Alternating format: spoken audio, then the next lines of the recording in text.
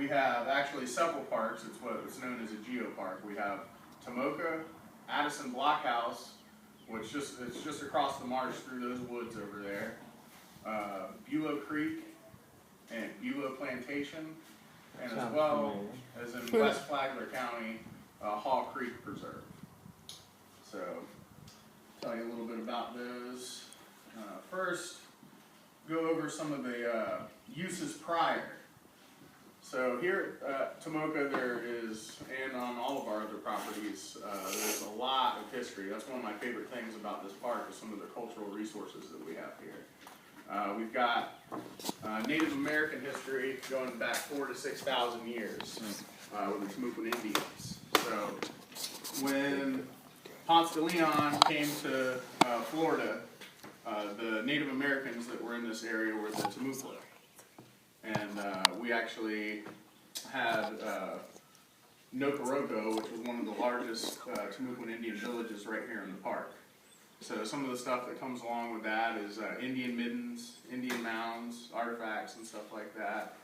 And so it went from that to the plantation era. There were several plantations on our property. Here at Tomoka, the big one was Mount Oswald. And it was run by Richard Oswald, who was a British guy. It was a 22,000 acre plantation. It was a 22,000 acre plantation. And Richard Oswald was an absentee plantation owner. He didn't really ever actually come here. He just ran it with overseers. Mm-hmm. So, and you can actually, we might bump into some of it around, but you still see indigo left over from the plantation era growing around the park, quite a bit actually. And over in Bulow Creek and Bulow Plantation and Addison Blockhouse, those were all full of plantations as well. Addison Blockhouse was John Addison's plantation, as well as the McCrae brothers' plantation. Is that by Sanchez Park? No, it's Addison Blockhouse is literally, if you go out onto that dock and look across the marsh to the left, it's that little piece of woods out there. So you would access it from this parking lot? Or is there a separate one? Yeah, there's not really any access, land access to Addison Blockhouse. Okay. It's kind of surrounded by private property, so for us to even go out there, we actually have to drive around a retention pond, through some people's backyards, and then down this road that even is tough for even most four-wheel drives to get down. So, and is it going to stay that way, sort of inaccessible to as a historic site? Eventually, I think it's in the management plan to try to acquire some land off of Pine Tree to where we could get, at least a hiking trail in there or something in a parking lot. But is it designated as a historic site? Yes. Yeah. The Addison Blockhouse. The blockhouse itself was they used to build the kitchens separately from the home, so they wouldn't catch on fire. Right. And another part of this park's history, with all the plantations that we have, was the Second Seminole Indian War. And what the Addison Blockhouse was a militia actually built a palisade and a moat around the kitchen and put a gun up on top of the kitchen. It was like a fort for protection during the Second Seminole Indian War. And in 1836, all of the plantations in this area were burned in the Second Seminole War, and that kind of put an end to the plantation era in this area. And it was burned by the Seminole Indians. The Indians, yeah. Yep, it was the Seminole Indians. They were a kind of later time period Indian. What they were kind of a collection of cast-offs from other tribes that were resisting the forced movement out west. And so they kind of banded together and kept getting pushed further and further and further south until they got into the Everglades, and where they actually still are today. Yeah. So you hear, I'm an FSU fan, so you see the shirts that say Unconquered. That actually speaks to, they are the only Native American people that was never conquered by the United States government. Yeah. So there was no peace treaty ever signed in the Second Seminole Indian War or anything like that. Once they got down into the Everglades and the swamps down there, they were really hard to fight. Yeah. And we couldn't beat them. Yeah, right. Yeah. Now they're down there with casinos and Yeah. stuff. But so, and then after the plantation era, there was a lot of orange groves, mostly up in Bulow Creek, and you'll still find orange trees growing wild around the park. Most of them that you find these days have been frozen back over the years to the sour rootstock, where they would graft the sweet orange to the heartier rootstock of the sour orange. So if you see them, most of the time you take a bite and then you get that bitter beer face, because they're not very good. Yeah. They smell, and you can't tell by smelling them too. I'll do that, and I'll take a bite and be like, ugh. But so we also had cattle. I think I mentioned that. There was some of the. I'll talk about ecosystems in a little bit, but up in Bulow Creek, you can look at the aerials, the old military aerials from World War II era, and you can see a lot of our pine woods up in Bulow Creek. When you look at those old aerials, were just clear-cut cattle. And those have actually come back as kind of a disturbed area. That they haven't really come back as pine flatwoods. They've come back as pine flatwoods with almost no understory. So you don't have, palmetto, a lot of palmetto and stuff on the ground. It's pretty much a mature /pine overstory with a cabbage palm mid-story, and that's about it. Yeah. But so there was cattle in the park as well. And then we had Do you have the tripod? I didn't a cement company actually bought Bulow Creek State Park, and before it was Bulow Creek State Park, and through some public outreach and public outcry from locals, they were actually able to protect it. So they never really did anything with Bulow Creek. Have you guys seen the Fairchild Oak before? That was a big part of it. We had Fairchild. It's a very large, beautiful, Right. Oak tree, one of the largest around. And it originally was called the Harwood Oak. Harwood was somebody who moved down from Minnesota in the 1870s to a house that used to stand right next to the Fairchild Oak.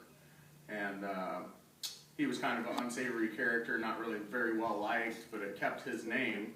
And then they changed it to the Fairchild Oak after David Fairchild, the botanist, and came up with a story that it was 2,000 years old.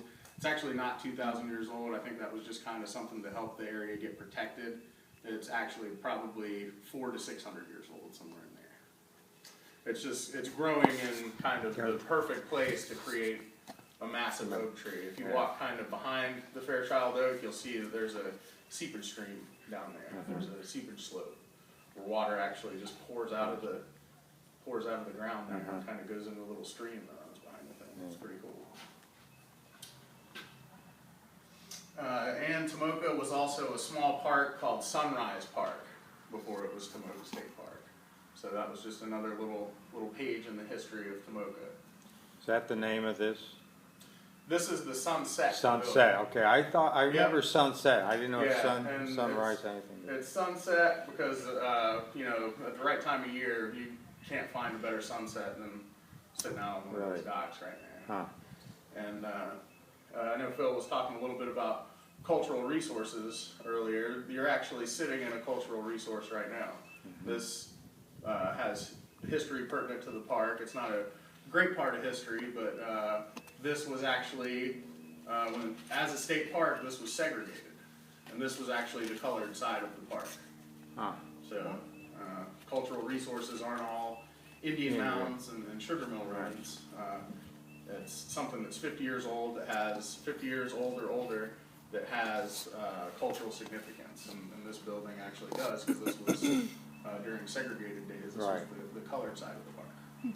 So 50 years is the threshold? Yeah, this is the threshold for it to become a cultural resource. And, if you got a 50-year-old, that doesn't make a 50-year-old post, or if that water stand right there was 50 years old, it still has to have some sort of cultural significance. Right. Heck, we've got vehicles that are probably almost 50. Okay. All right, and Tomoka was transferred to the Florida Park Service from the Florida Board of Forestry in 1949. So Tomoka is a pretty old park as far as state parks go. Bulow Creek was leased from the Board of Trustees to the Florida Park Service in 1981. So that's a newer addition to the state park system. Addison Blockhouse was donated by the Volusia Hammock State Park Association in 1939. So that's actually been in the state park system longer than Tomoka even. And Hey, while you're looking at that, okay. just to add a little bit, so you're interested Yeah. in where parks are coming from. Right. The state has a system called the optimum boundary system. So what they'll do is they'll go, is this piece of land, like right now we get it every year, are there any pieces of land that if you add them to these parks would be significant because maybe there's a peril species on it or something? So the environmental specialist 3 at their district office, he'll consult with the park manager and they'll talk about that and say, well, like we have one little piece of property that's off US 1 and it's basically like water in a garbage dump. And I'm like, that's not gonna, if we add that little 4 acres, that's not gonna do anything for, so there's reasons why you won't do it and there's reasons why you do want it. Like Chan mentioned, access to Addison Blockhouse, there's an out parcel. We would wanna add that in our optimum boundary. What would be the best boundary? So that kinda goes into land purchasing. If it's identified as optimal boundary, then it goes through a process, and I think points assigned to it too, and then they have a certain amount of money set aside to add to parks, and they would be considered, or on a list. So I don't mean that, but that's a good example if you're interested where now the process is, you know, why would you want to add this, is it significant or not, and then we go into a process. Does that happen to be in your book there? In the plan, the 10-year I'm not plan? sure, I could look it up. We get it through emails from park planning, so it's probably not in here. There might be some mention of it, I'll look in here, but I just want to give you your. Okay. And Beulah Plantation was donated in 1945 from the Volusia Hammock State Park Association. So we've got some older parks. That's one of the things I like about Tomoka is it's kind of, you know, it's dirt roads, you know, smaller we can't take a 45-foot, you know, monster motorhome. Right. You know, it's kind of an older park. It's got a kind of an old down home Florida feel. Got a question? So relevant, so who owns the road? Who owns The road, is that county? the actual road? the paved road? Yeah, that's the county. And Why did they repave up by High Bridge on, it's Walter Boardman, and then stop? Even though it's supposed to be like the most scenic road and... I know, we don't know why they did that. Yeah. They did it at a bad time of year too. They did it right at Bike Week. I know, So- and it was flooded and too. it was flooded as well. Yeah. Just to add to that for just a second, optimum boundary is listed in the unit management plan. And the point that he brought out is, all these lands, and many of the city lands are all owned by the citizens, you guys. They're state lands. Right. But what happens is, there's leases. We lease this land from the state, even though we're the state. So we have a 99-year lease on this property. So the Park Service is 75, well now it's old, it's about 78 years old, 80 years old. So none of the leases have ever come back up. But, you know, theoretically, you could have a lease that wouldn't be, that road is probably still owned by the state, but some legislative authority says Volusia County is the person who manages it. Tomoka State Park is the person who manages this.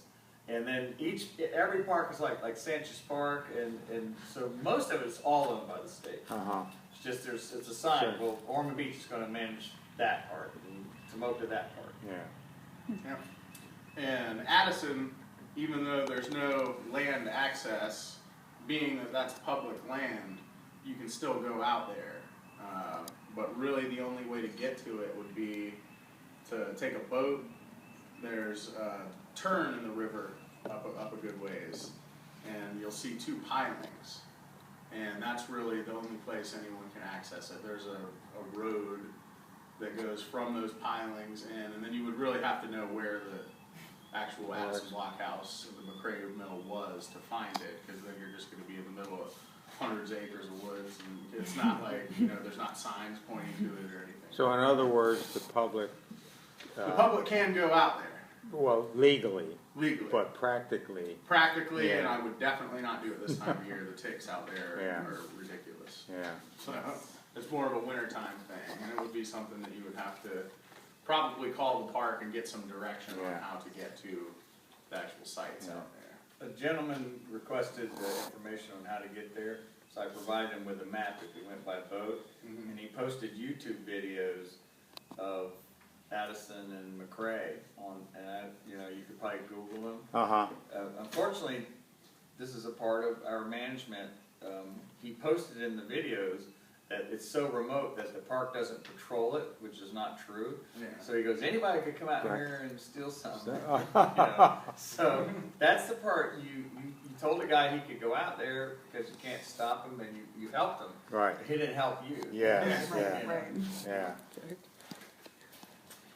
All right, and why were these lands obtained? Anybody got any guesses? Initially, Yeah. Do we have any exotic species, or not exotic, native, endangered species to protect? indigenous. Yeah, we do. Yep. And why a lot of this land was obtained would be to protect some of the ecosystems that we have here and the plants and animals that live in them, as well as some of the cultural resources that we have. So back in the woods, maybe about 3/4 of a mile, there's the oldest man-made monuments in this area. There's Indian mounds back there that are 4,000 to 6,000 years old, and they predate anything that exists in Volusia County or in this area. So it was more cultural than restoration.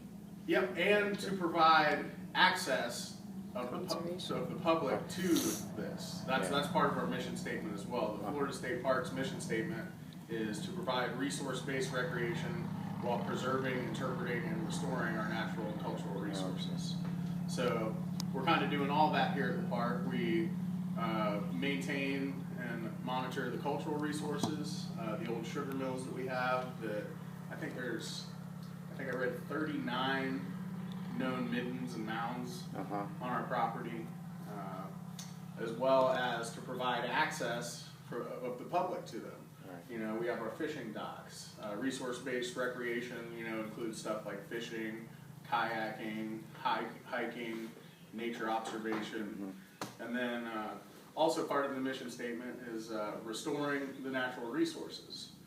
So that's really kind of my niche is, doing the prescribed burning. We have a lot of salt marsh in the park as well. And from time to time we do salt marsh restoration projects.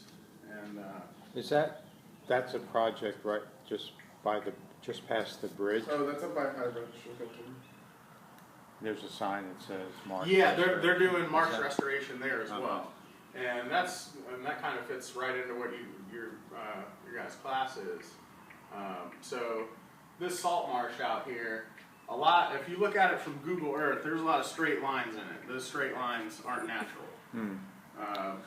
So the salt marsh, when they did what's called drag line ditching, and it created berms on the sides of the salt marsh. A lot of the Brazilian pepper that we have it loves to grow in disturbed areas, and so that spoil that they created in the marsh, it gets infested with Brazilian pepper. If you drive down High Bridge Road especially, you can see, out into you can't really see out into the marsh anymore because now there's a hedgerow of 20-foot tall Brazilian pepper there. Yeah, so what they're doing over at North Peninsula, and what we've done some projects here as well, but the sign you're talking about is, if you look at old maps a little bit north of the Tomoka Basin, the Intercoastal Waterway, well, it's the Intercoastal Waterway now it used to be the Halifax River. It all but dead-ended into a smaller, it was called Smith Creek.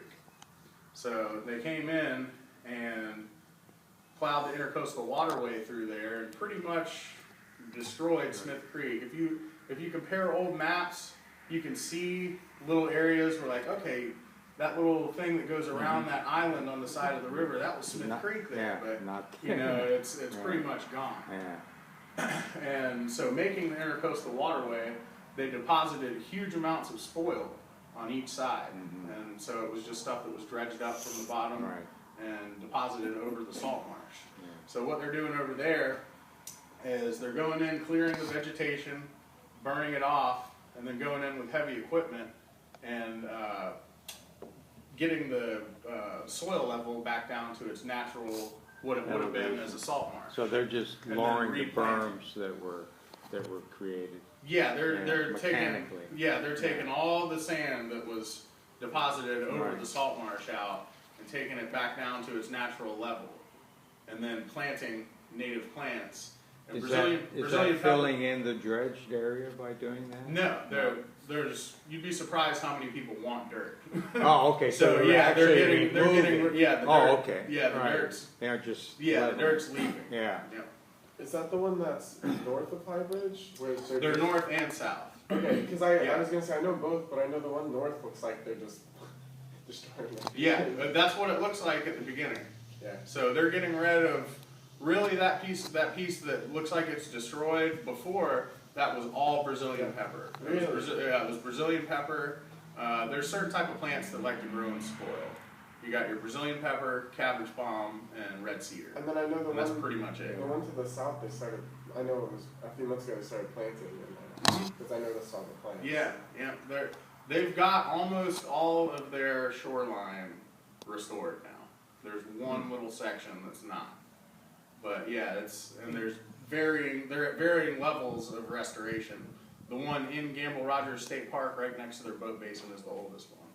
And it looks like it's been there for 1,000 years. It's mangroves. Wow. And see, what you see about this, like Chan's saying, you knock down the spoil, you make it where at times it's flooded and times it's not.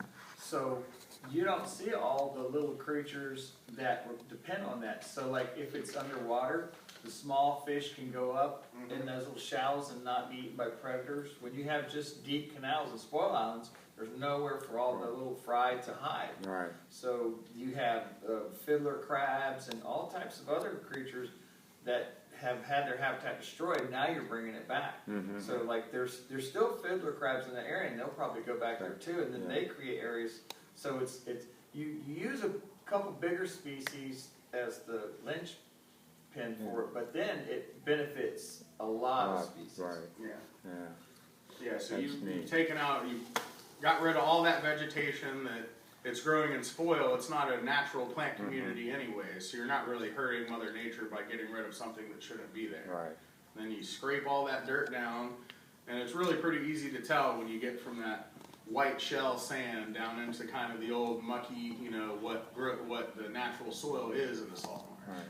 So, and then they replant it. They put little creeks in there and stuff, little feeder creeks, and it's worked out very, very well. So, I always, when I'm out in my boat and stuff, and, when you look at the salt marsh, see how you can see all the way out across this thing?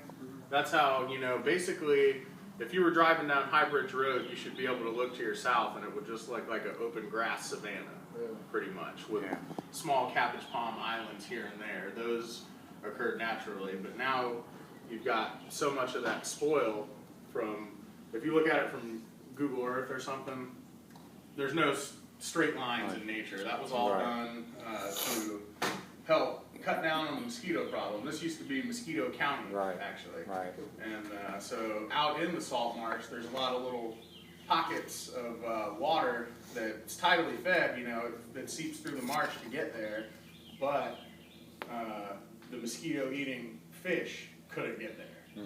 So they basically just punched a bunch of canals through and connected everything so the fish can get everywhere to kind of cut down on the mosquito problem. But it took a toll on the marsh.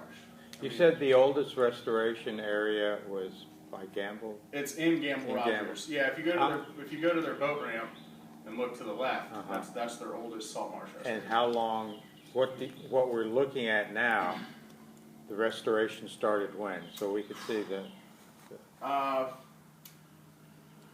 I would say, gosh, I'm not exactly sure, but it was in the 2000s. Yeah, so. Well, also, when I came here 5 years ago, they were finishing the 5-year salt restoration park for the drag lines. Yeah. So that's been 10 years ago. Yeah. So they probably were starting, like you said, somewhere in the early 2000s. It was early 2000s. So you can see. It comes back pretty quick. Yeah. Yeah. Very quick. But yeah, it looks like it's been there for 1,000 years Yeah. now. You wouldn't be able to tell that wasn't, that humans actually came and made it back into that. And it's reached a terminal succession. It's stable now. Oh, yeah. There's no more change. It's No, not there's just no, all the ecologically. mangroves have grown up, all the All grass has flats. grown in and filled in, Yeah. brown cord, spartina, and black needle rush and stuff like that. And, yeah, if you drive south of High Bridge Road on John Anderson, you can see there's several that are in various stages of restoration. There's some that look like they've been there, 1,000 years, and then there's some where, like you were saying, where you can still see where they've planted Planted. little plugs Yeah. of spartina grass and stuff like that haven't filled in yet. So it's pretty cool. And so yeah, that's runs right into our mission statement. And that's one of the ways that we can manage our salt marshes. And there are, like through this salt marsh over here, there's actually plantation era ditches in there. That's something that we wouldn't fill in. We would fill in the dragline mosquito ditching, but there's actually hand-dug slave ditches that go through this marsh out here that went over to Addison Blockhouse over there. So that is a historical resource, so we kind of leave that alone.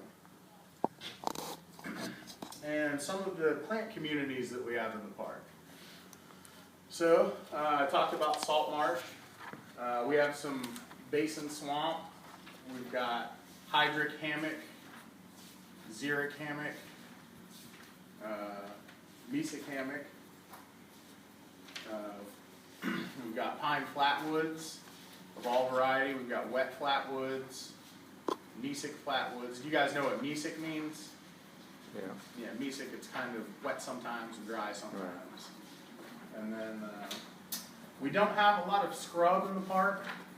We do have a little bit out on a place called Johns Island that's kind of near the intersection of US 1 and Nova. There's a little bit of scrub out there, but there's really not a whole lot of scrub in the park. Hammock. A lot of this park is hammock. If you've walked the Bulow Creek Trail or around Bulow Plantation, you see big, huge oak trees. It's real shaded. That would be in a hammock. Upland hardwood forests. We have those as well. Seepage, yeah, seepage slopes. Right behind the oak trees, there's a seepage slope there. Where's the dividing line between Smoky State Park and Bulow? It's basically right over there. Yeah, right. That over there is Bulow, and this is Tomoka, and Tomoka runs all the way.